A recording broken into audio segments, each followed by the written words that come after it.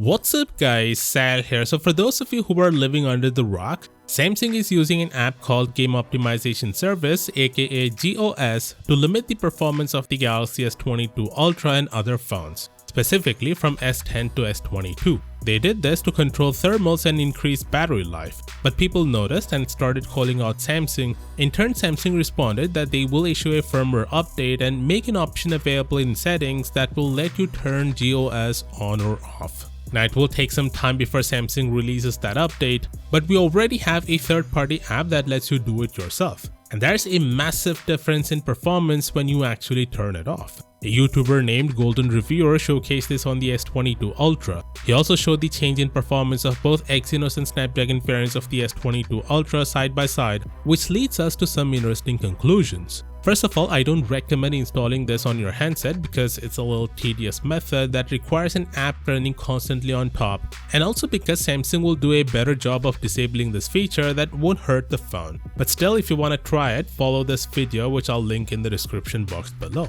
Now, as you can see in the Genshin Impact game, which is one of the most graphic intensive games out there, it runs at a much higher frame rate when you turn the GOS off. It even touches 60 frames per second at max, which is unheard of for a Samsung phone. During the whole gaming session, the Snapdragon variant of the S22 Ultra averaged 44 FPS while it was 32 with GOS on, which is almost a 30% difference, and that's huge. But there's a problem with this, and it's the power consumption. As you can see in the whole session, the phone consumed 4.7 watts of power while the GOS was on, and 6.8 watts when it was off, which turns out to be a massive 46% more battery consumption. Also, as you can see, the device did perform better in the first few minutes, but it quickly throttled as a result of heat and FPS dropped. He also compared the Snapdragon variant with the Exynos, and there isn't a massive difference between the two, with Snapdragon averaging 41 FPS while it's 37 on the Exynos. But what's interesting is the power consumption. The Exynos actually consumes 16% less power than its counterpart,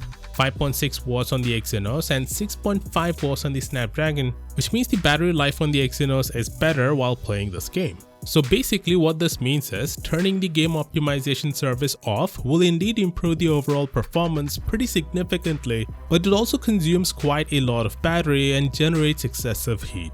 You also need to understand that you'll get this increase in power for the first 5 to 10 minutes of gameplay only. After that it will throttle and you'll be back to the same performance mode as before while GOS was on. So yes, it's cool to have an option to turn the phone into a beast, but I think average consumers should not even think about turning it off. I mean, the speed test from PhoneBuff showed that the S22 Ultra is as good as the iPhone 13 Pro Max in everyday apps and games. So why does anyone want to sacrifice the battery life for that 5 to 10 minutes of better gameplay is beyond me. But hey, in the end, it's all about the choice. Of course, let me know what do you think about this down in the comments, and as always, I'll see you tomorrow. Peace out.